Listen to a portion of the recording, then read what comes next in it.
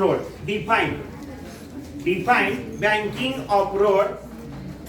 Obtain the expression for maximum safety speed to which the vehicle can be safely driven along the curved road. किंवा यालाच दुसरा question यामध्ये कसा विचारतील पहा. Why roads are banked? रस्ते बँकड का केलेले असतात? आपल्याला ह्याचे माहिती उदाहरण आहे. प्रधानमंत्री ग्राम सडक योजना माहिती आहे का? खेड्याला जोडणारा मुख्य रस्त्यापासून आपल्या गावापर्यंत जाणारा रस्ता, त्या रस्त्याला नाव दिलंय त्यांनी. काय नाव आहे त्याचं? प्रधानमंत्री ग्राम सडक योजना. आता तो रस्ता, आता त्या रस्त्याचं तुम्ही त्या गावातल्या रस्त्यातून कधी कधी गेलेलं असतं, मग त्या रस्त्याला टर्न असतो, तिथं असं असतंय का? असतंय का? नाही, सरळच असतंय रस्ता, ते फ्लॅटच असतंय का? असं असतंय टिप नाही. म्हणजे काय? बँकड रोड सरफेस असतंय तिथं नाहीये, म्हणजे हॉरिझॉन्टल रोड सरफेस असतंय. मग त्या ठिकाणी मग स्पीड किती ठेवायचं? आता बँककडला एवढं ठेवायचं हे सांगताय त्याने, परंतु त्या ठिकाणी किती ठेवायचं हे आपल्याला पाहिजे. आता सुरुवातीला आपण बघू what is made by banking of road. Obtain the expression for maximum safety speed. किंवा याला दुसरा कसं म्हटलं? Define banking of road. Show that maximum safety speed is independent of mass of vehicle. जवळजवळ 20 टाइम आतापर्यंत बोर्डला विचारलेला प्रश्न आहे. वेगवेगळ्या फॉर्मॅट मध्ये असेल. आता ज्या प्रकारे प्रश्न तुम्हाला सांगितला त्या प्रकारे विचार. बघा काय डेफिनेशन आहे.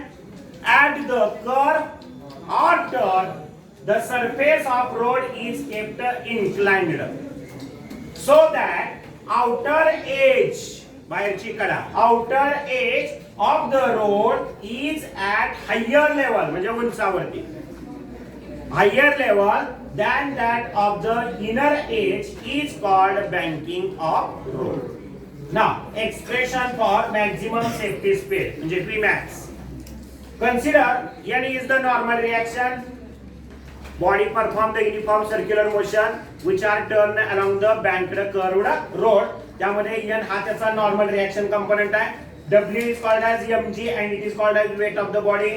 Theta is called as banking angle किंवा angle of banking.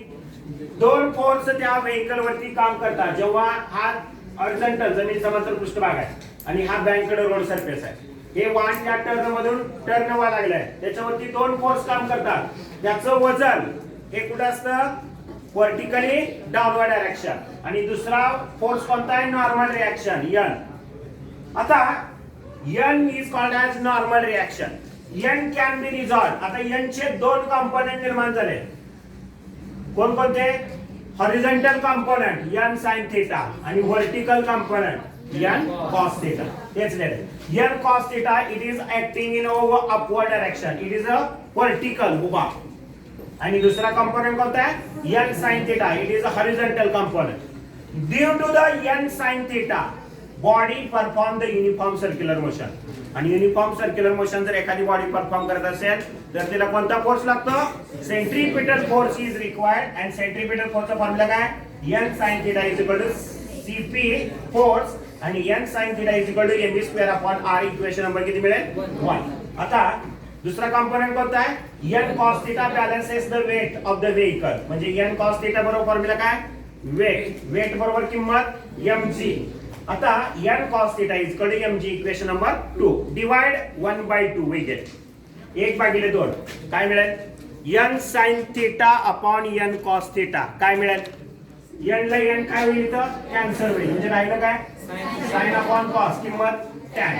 परत mv square upon r divided by mg. m ला कॅन्सल होईल. म्हणजे काय राहिलं? v स्क्वेअर हे r खाली म्हणजे rg. Equation number 3. आता याच्यावरून v स्क्वेअर बरोबर फॉर्म्युला काय होईल? rg tan theta. याचं वर्गमूळ घेतलं taking the square root. v max का म्हटलं? कारण मॅक्झिमम सेफ्टी स्पीड असते. Is equal to under root of rg tan theta. Equation number 4. From equation 4 we see that याच्यामध्ये m ची व्हॅल्यू नाही, म्हणजे maximum safety speed of the vehicle is independent of the mass of the vehicle. हेच proof. And this is about the banking of road.